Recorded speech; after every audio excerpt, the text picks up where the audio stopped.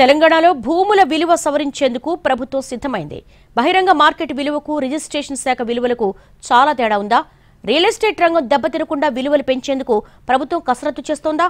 100 నుంచి 400% పెరిగే ఛాన్స్ ఉందా? తెలంగాణలో భూముల విలువలు పెంచేందుకు రిజిస్ట్రేషన్ శాఖ కసరత్తు చేసింది. బహిరంగ మార్కెట్కు రిజిస్ట్రేషన్ శాఖ పుస్తక విలువలకు భారీ వ్యత్యాసం ఉండటంతో విలువలు సవరించాలని ప్రభుత్వం నిర్ణయించింది. భూములు, ఆస్తుల విలువలను హేతుబద్ధీకరించాలని సర్కారు భావిస్తోంది. కొన్ని చోట్ల అవసరమైతే 100 నుంచి 400% వరకు పెంచేందుకు ప్రణాళికలు రూపొందించింది. ఈ మేరకు రిజిస్ట్రేషన్ శాఖ అధికారులు సన్నాహాలు చేస్తున్నారు. ఇప్పటికే పలు రకాల నివేదికలతో మార్కెట్ విలువల్లో హెచ్చుతగ్గులపై కసరత్తు చేసిన అధికారులు పలు సవరణలు, ప్రతిపాదనలు సిద్ధం చేశారు. కొత్త మార్కెట్ విలువలను కేబినెట్ నిర్ణయం తర్వాత అమలు చేయాలని సర్కారు సూత్రప్రాయంగా నిర్ణయించింది. ఏటా భూముల విలువ పెంచాలని, అది కూడా శాస్త్రీయ పద్ధతిలో ఉండాలని సీఎం రేవంత్ రెడ్డి అధికారులకు సూచించారు. దీంతో తెలంగాణలో 6 ఏళ్ల తర్వాత భూముల విలువలు పెంచడానికి రంగం సిద్ధమయ్యింది. ప్లాట్ల ధరలను ఆయా ప్రాంతాలను బట్టి 15 నుంచి 30%, స్థలాల విలువను 1 నుంచి 4 రెట్ల వరకు పెంచే అవకాశం ఉంది. భూముల విలువ అమాంతం పెరిగితే రియల్ ఎస్టేట్ రంగం దెబ్బతినే ప్రమాదం ఉంటుందని జాగ్రత్తలు తీసుకుంటోంది రిజిస్ట్రేషన్ శాఖ. దీంతో ఏ వర్గానికి ఇబ్బంది లేకుండా శాస్త్రీయంగా మదింపు చేసి విలువలు పెంచాలని సీఎం రిజిస్ట్రేషన్ శాఖ అధికారులకు సూచించారు.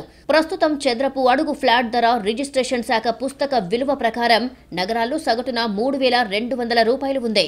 దీన్ని 60% మించకుండా పెంచాలని సర్కారు భావిస్తోంది. చదరపు అడుగు ధర 5,120 రూపాయల వరకు పెరిగే అవకాశాలు ఉన్నాయి. ప్రాంతాలను బట్టి ఈ విలువలో మార్పులు ఉంటాయని రిజిస్ట్రేషన్ శాఖ అంటోంది.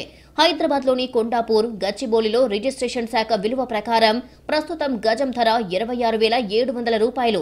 ఇదే వాణిజ్య స్థలమైతే గజం 44,900 రూపాయలు. నార్సింగ్లో గజం 23,800, మణికొండలో 23,900, రాయదుర్గంలో 44,900, బుద్వేల్లో 10,200. ఇటీవల బుద్వేల్లో ఎకరా 20 కోట్లు పలికింది. మహేశ్వరంలో గజం 2,100, వాణిజ్య స్థలం 10,200 చొప్పున ఉంది. మహేశ్వరం లాంటి చోట్ల 2,100 ఉన్న విలువను 300 నుంచి 400% పెంచే యోచనలో ప్రభుత్వం ఉంది. ఇలా 3,000 కంటే తక్కువ ఉన్న ప్రాంతాల్లోని మార్కెట్ విలువలను హేతుబద్ధీకరించనుంది. పుస్తక విలువ భారీగా పెంచితే క్యాపిటల్ గెయిన్, ఇతర పన్నులతో నిర్మాణ రంగం కుదేలయ్యే ప్రమాదం ఉంది. దీంతో ప్రభుత్వం జాగ్రత్తగా అడుగులు వేస్తోంది. వ్యవసాయ భూములు, స్థలాల విషయంలో ఇప్పుడున్న పుస్తక విలువను సవరించి 100 నుంచి 200%కి పైగా పెంచాలి అనే యోచనలో ఉన్నట్లు సమాచారం. ప్రస్తుతం షేర్లింగంపల్లి 2 రిజిస్ట్రేషన్ కార్యాలయాల పరిధిలో ఉంది. అక్కడ ప్రస్తుతం స్థలాల విలువ గజం 26,700.